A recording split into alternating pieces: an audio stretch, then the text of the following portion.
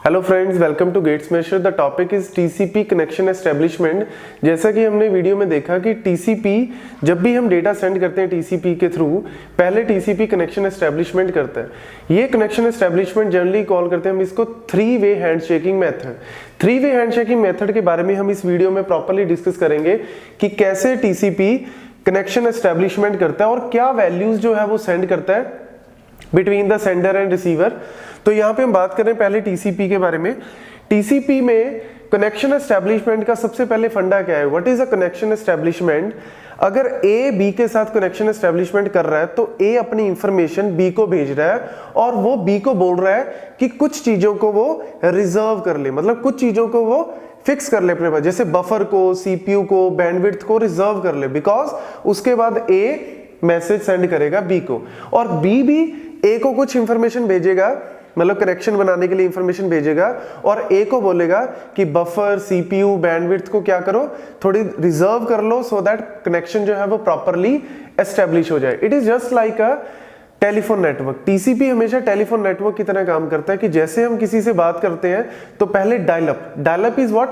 It is a connection establishment phase, ताकि जब एक बार कनेक्शन बन जाए तो उसके बाद मेरे पैकेट्स जो है, मतलब डेटा जो है वो 2-वे कम्युनिकेशन से प्रॉपरली सेंड हो। That is a called as reliability also. Reliability means मेरे पैकेट लॉस नहीं होने चाहिए, डेटा लॉस वहां पे नहीं होना चाहिए। इन केस डेटा लॉस होता भी है तो रीट्रांसमिशन शुड बी देयर। तो इसीलिए जहां पे भी मेरे को रिलायबिलिटी चाहिए वहां पे मैं टीसीपी को ही यूज करूंगा।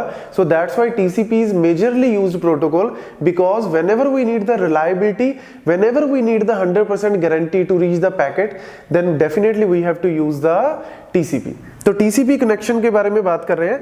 यहाँ पे मेरे पास एक क्लाइंट मशीन है और एक सर्वर मशीन है। जनरली हम टीसीपी को क्लाइंट सर्वर कम्युनिकेशन के टाइम पे यूज करते हैं, जहां पे एक क्लाइंट मशीन, जैसे मेरा laptop, it can work as a client machine, और अगर मैं किसी सर्विस को, किसी वेब सर्वर को एक्सेस कर रहा हूं, लाइक गूगल को ही एक्सेस कर रहा हूं, तो गूगल क्या है, एक सर्वर की तरह काम कर रहा है और मेरी मशीन जो है वो क्लाइंट की तरह, मतलब मेरी मशीन से किसी दूसरी मशीन पे डेटा जो है ट्रांसमिट करना है।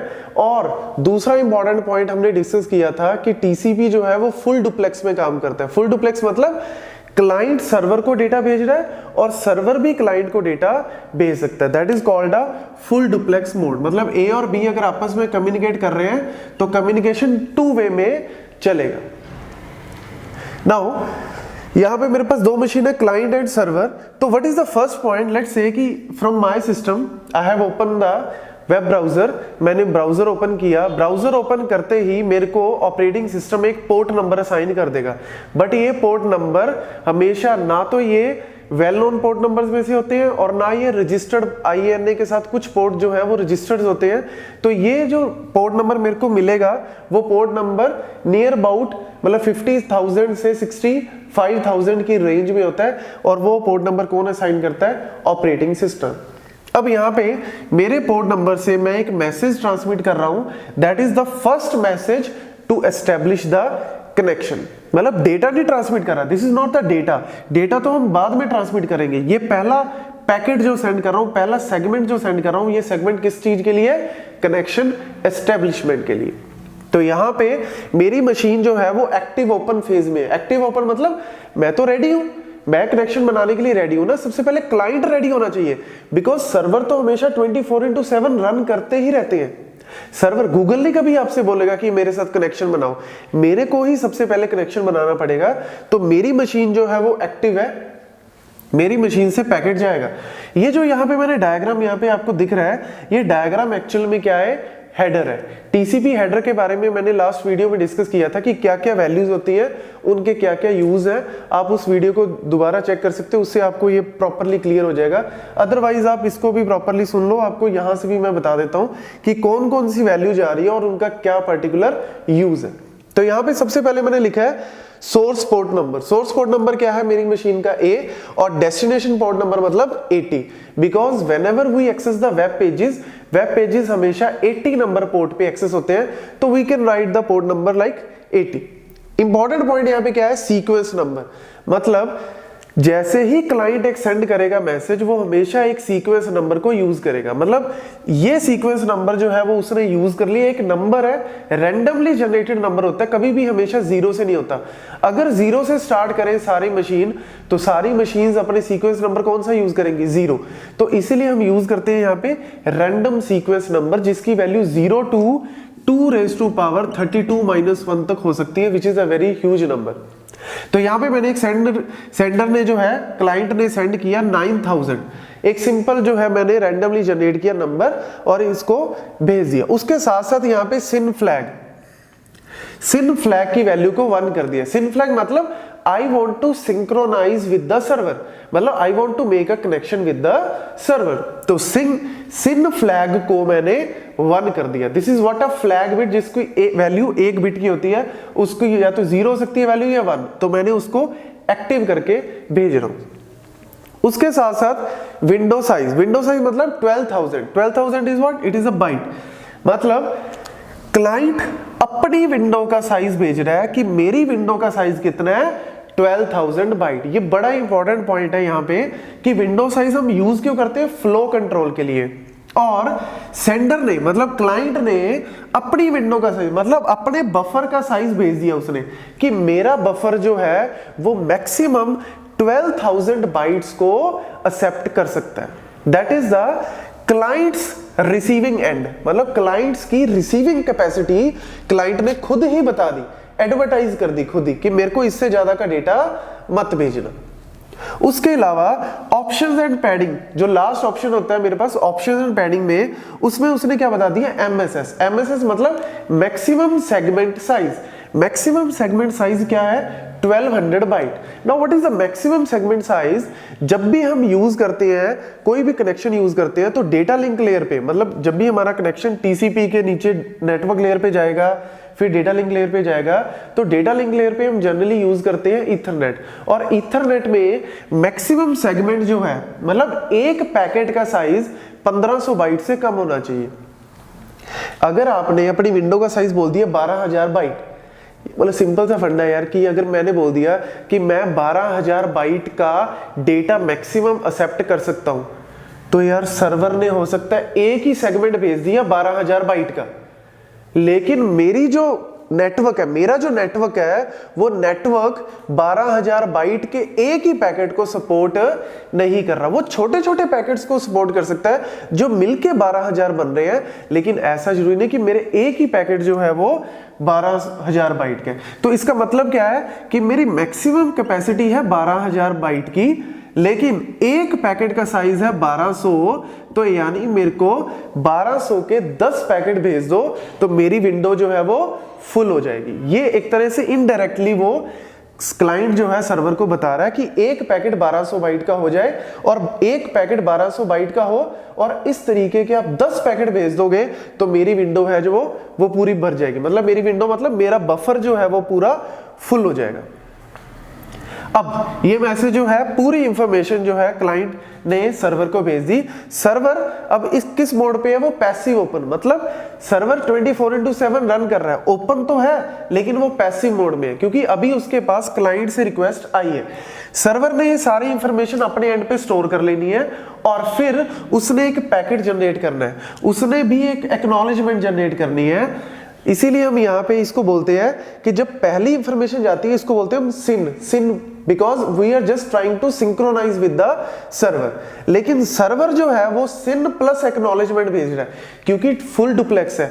सर्वर भी अपनी इंफॉर्मेशन देगा क्लाइंट को कि मेरी कैपेसिटी इतनी है, मेरे पास एमएसएस का साइज इतना है, प्लस एक्नॉलेजमेंट कि तुम्हारा पैकेट आ गया, मैं आपको एक्नॉलेजमेंट भी सेंड कर रहा हूं और साथ साथ अपनी इंफॉर्मेशन भी भेज रहा हूं। तो अब सर्वर जो है वो पैसिव मोड में था, अब वो भी एक्टिव मोड में आ जाएगा।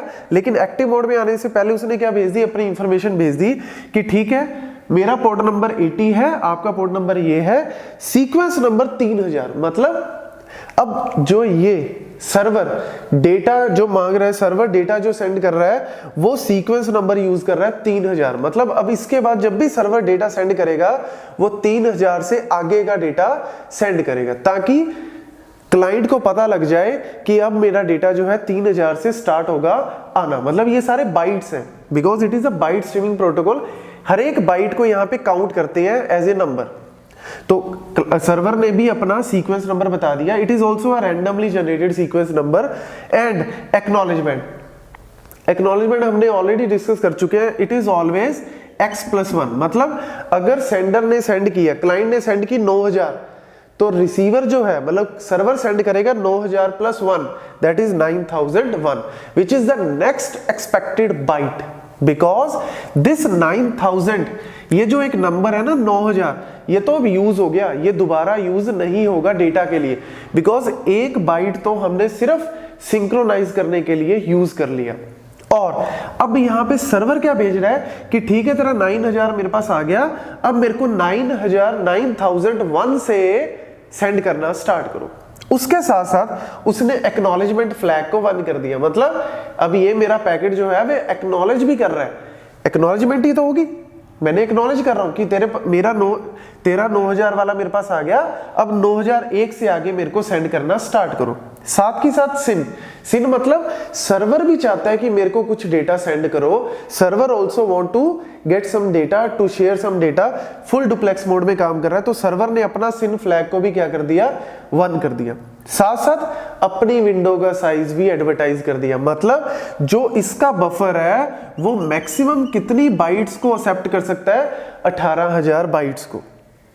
लेकिन MSS is again important, because network जो है, जो इसके एंड पे नेटवर्क है, वो नेटवर्क मैक्सिमम तो 18000 बाइट को, जो बफर तो 18000 बाइट को एक्सेप्ट कर सकता है, लेकिन वो नेटवर्क एक पैकेट का साइज कितना होना चाहिए वो उसने बता दिया 600 बाइट। तो इसका मतलब आप सिंपली कैलकुलेट कर लो कि 18000 divide by 600, so which is 30।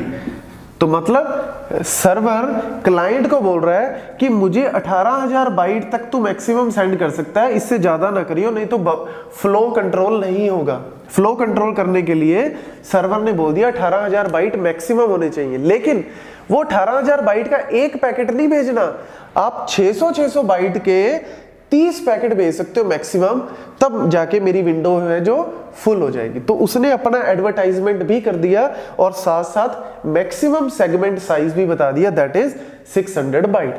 ये पैकेट जो है वो यहां पे क्लाइंट के पास आ जाएगा। तो 2 वे तो हो गया, लेकिन this is a 3 way communication.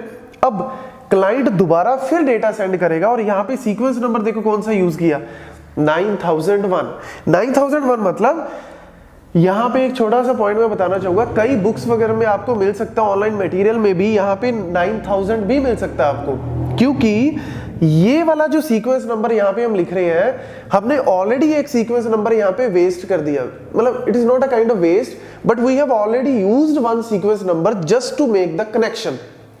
वो सीक्वेंस नंबर हमने एक यूज कर लिया, तो यहां पे 9000 भी लिख सकते हो, लेकिन 9000 में क्यों नहीं लिख रहा, बिकॉज सर्वर ने क्या बोल रहा है कि सर्वर एक्सपेक्ट क्या कर रहा है, 9001।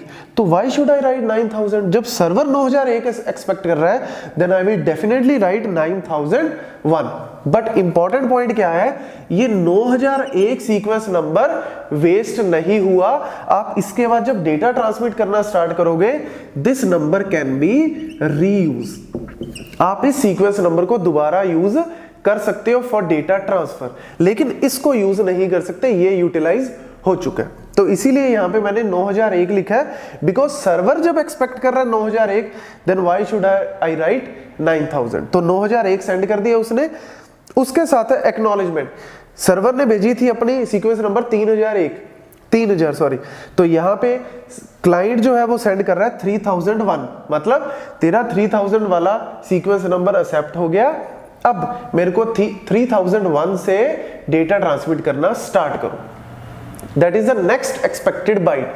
और साथ साथ एसी के एक्नॉलेजमेंट फ्लैग को 1 कर दिया, because it is again a acknowledgement, जो सर्वर से आया उसको वो एक्नॉलेज कर रहा है।